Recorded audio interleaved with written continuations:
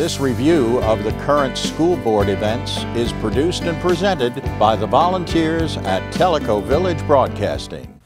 Hello, I'm Linda Crawford, and with me is Craig Simon, and we'd like to welcome you to this school board update. You are watching Tellico Village Broadcasting. If you don't know who Craig Simon is, then I want to introduce him. Craig is serving on the Loudon County School Board for his third term. He has been elected board chairman this year for the 2018-2019 school year, right? Correct. And is kind enough to drive here from work to give us an update every month on the school board meeting that was held this last week. So we're going to go through the agenda and fill you in on what happened at the last meeting. So first of all, Greg has explained there's always a consent agenda where they just kind of group a lot of things together and vote on them. Nothing controversial, nothing that's, I don't want to say not meaningful, but kind of standard issue things. Standard issue things, Linda, that's correct. And the reason for the consent agenda usually is to speed the meeting along. Workshops that you attend for to be a board chairman, they talk about that and the description of that. And the kinds of things that you should have on there. Oftentimes policies, as long as they're not controversial, coaching approvals, the kinds of things you hear me talk about over and over. And we talk about consent agenda a lot. I think I never did explain it, so I wanted to explain it this time so everybody understood what we were talking about there. One of the things that's on this consent agenda that I think we ought to mention is that there was a textbook committee appointed, and just so people know, the textbook committee reviews textbooks submitted by publishers, recommends, but that textbook committee is made up of both teachers, parents, and community members. It's not just teachers at the school or administrators at the school. It's a broad consent, a broad group of people that represent the community. That's correct, and it's strange. Things have changed a lot with that, and they're awfully expensive still. Which is that was the first thing that shocked me when I first got onto the board, to how much it cost for those recurring textbooks. But the thing that's funny about it now is that they're really trying to get away from an actual textbook. So you can buy the textbook and the electronic version is the same price. But you can't buy the electronic version and save money, or it's just crazy. There's not a lot of logic put into it. The good news is the content's really reviewed well, and this group, they've got several folks on this review panel that are really good, and we've had spectacular results with it. I know a lot of schools now are going to tablets and iMacs and things like that instead of textbooks, which sounds more expensive, but I guess the companies have figured this out. They sure have. It doesn't seem reasonable, but that's what we're dealing with nowadays.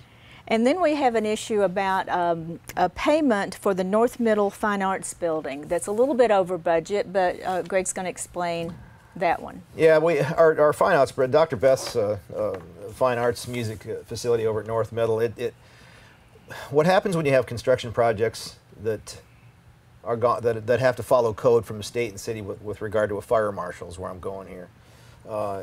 Long story short, the architects, whomever, missed something that the fire marshal brought up, and it was something that wasn't budgeted for. It's not a huge amount of money, but we did have to appropriate some funds, around $10,000 or so. Which I was unhappy with. One of the things, would you explain to people again about the name for the Fine Arts Building, the Dr. Best? Yeah, Dr. Best was for many years an icon for music here in Loudon County. Mostly he was at Lenore City High School, believe it or not, which is not part of our county school, but it is a feeder high school from our junior high there in North Middle and Eaton. And as a matter of fact, my kids went to Lenore City High School. Dr. Best was, gosh, all things music. I can't begin to talk about everything he did. He was on UT's board. I know he was a UT graduate. He was on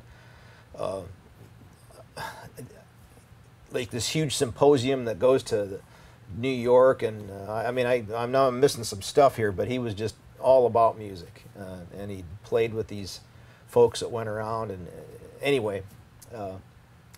About a year and a half ago, he was diagnosed with liver cancer or pancreatic cancer, one of the two, internal cancer of some kind, and we lost him quick.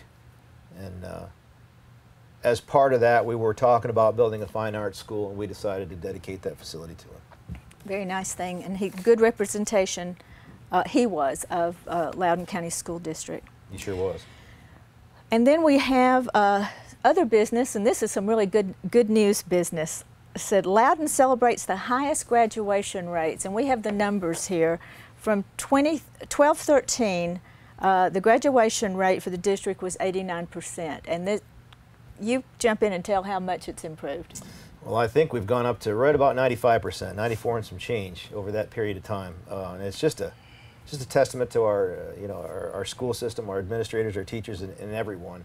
And I was joking with Linda before we started here that one of my first meetings with TSBA in Nashville, they said, well, one of our goals is to graduate 100% of our people. And I kind of chuckled. I said, well, that seems to be a pipe dream. I need to re-examine that pipe dream. We're getting a lot closer to it than I thought we ever would. So then again, a goal needs to be measurable, and we're measuring it, so it meets all the requirements for it. So it's really jumped. The last 2 years have been significant increases from the previous 4. Well, one of the things you got to look at too with this is that makes it extremely difficult. You get a situation where you have to bring kids in from out of county or wherever when they move here. And I won't get into the details there, but sometimes they're not the best of students, and a lot of times they don't graduate. Whatever the reason was, they had to move or something like that. That's just one example. There's many things that happen to kids in their 17s and 18s when they're junior and senior in high school. So to get to that rate is really, really hard to do. When you think about students' home lives and what they go through, and to have almost 95% of students graduate, especially in high school, the dropout rate in so many districts is terrible. So this is a great achievement. And then we have some more good news.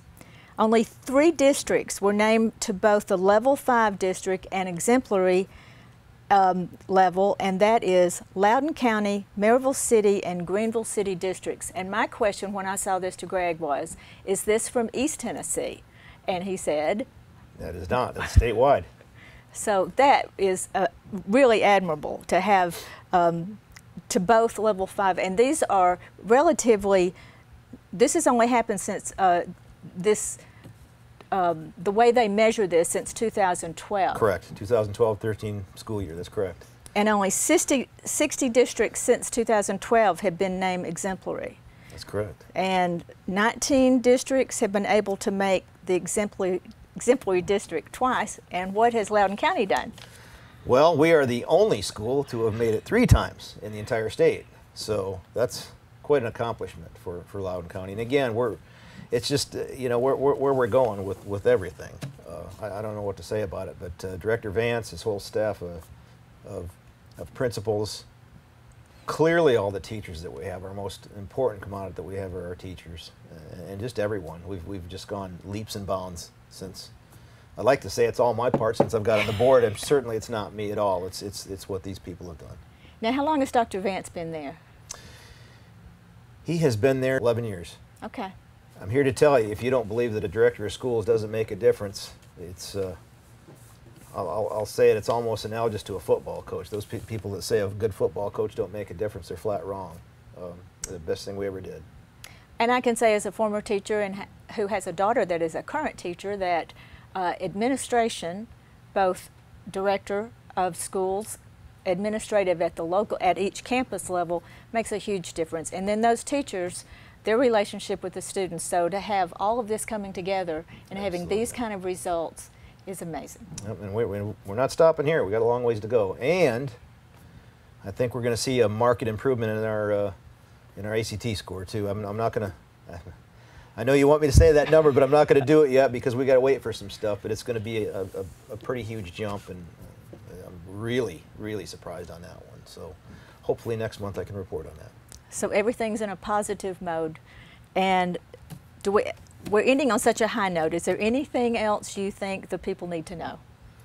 No, we're looking good. I do worry a little bit about the upcoming budget, which we talked about last month. We have some work to do there to keep things in a good shape, but we'll get through it. Greg, thank you as always for joining us. Thank you for joining us, and we hope to see you next month at this school board update. And as always, we really appreciate all the work that the volunteers at Tellico Village Broadcasting do to bring you these shows.